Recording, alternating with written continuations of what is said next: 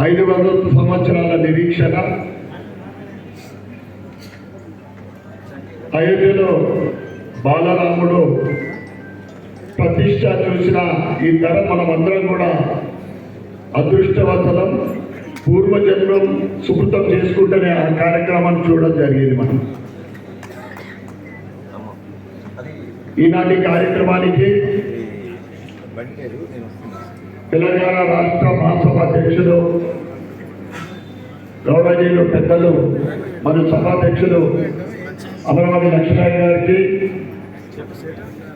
మహాసభ కోశాధికారి మల్లికార్జున్ గారికి, ఆర్గనైజింగ్ కార్యదర్శి సోదరుడు గణేష్ గారికి, మహాసభ కార్యదర్శి మోగులపల్లి ఉపేందర్ గారికి, ఈనాటి ముఖ్య అతిథులు పెద్దలు గౌరవనీయులు టీజీ వెంకటేష్ గారికి మరియు గిరీష్ కుమార్ సంఘీ గారికి, విశిష్ట అతిథులు దైవజ్ఞ శర్మ గారికి, సరస్వతి ఉపాసకులు, గౌరవ అతిథులు సోదరుడు గార్లపాటి జితేందర్ గారికి, నా విజయంలో ప్రధాన పాత్ర పోషించిన సోదరుడు చీకోటి ప్రవీణ్ కుమార్ గారికి, నిజామాబాద్ నుంచి ప్రచారం చేసిన ఆయన స్పీచ్ తర్వాత 2000 ఓట్లు పెరిగినాను.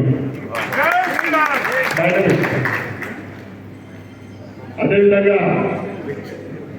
నాగేశ్వరరావు గారికి,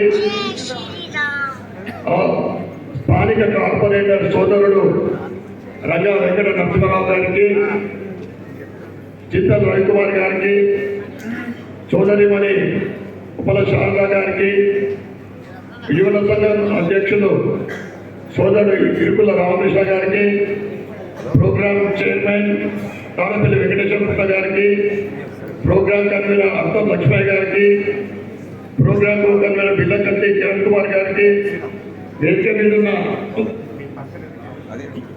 నాగేశ్వరరావు గారికి, గణేష్ గారికి, వేదిక మీద ఉన్న వైశ్య అతిరథ మహారథులకు మరియు వేదిక ముందున్న వైశ్య సోదరులకు సోదరులందరికీ కూడా నా సాయంకాల శుభాశిస్సులు, శుభాకాంక్షలు. వైశ్యులంటేనే సేవ, బన్యా నహీ తో దునియా నహీ,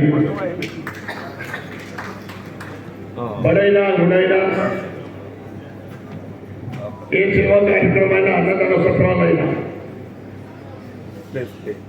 వైశ్యులుంటేనే అది విజయవంతం కావడం జరుగుతుంది.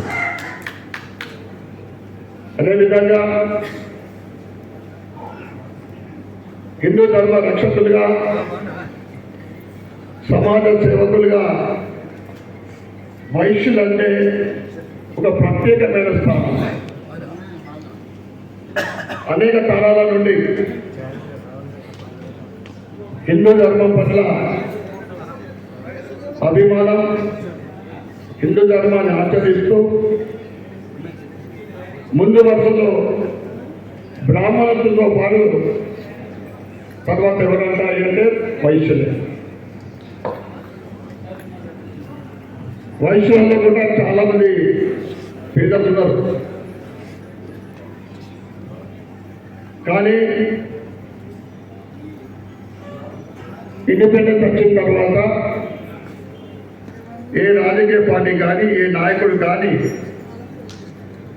వైశ్యుల గురించి పట్టించుకున్న పాపాలను పోలేదు.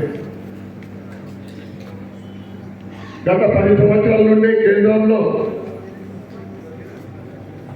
నరేంద్ర మోడీ గారు వచ్చిన తర్వాత పేద ఆర్య వైశ్యులకు ఈడబ్ల్యూఎస్ రిజర్వేషన్ తీసుకొచ్చి వెనుకబడిన వర్గాల వారికి న్యాయం చేయడం జరిగింది. ఈ సందర్భంగా వైశ్య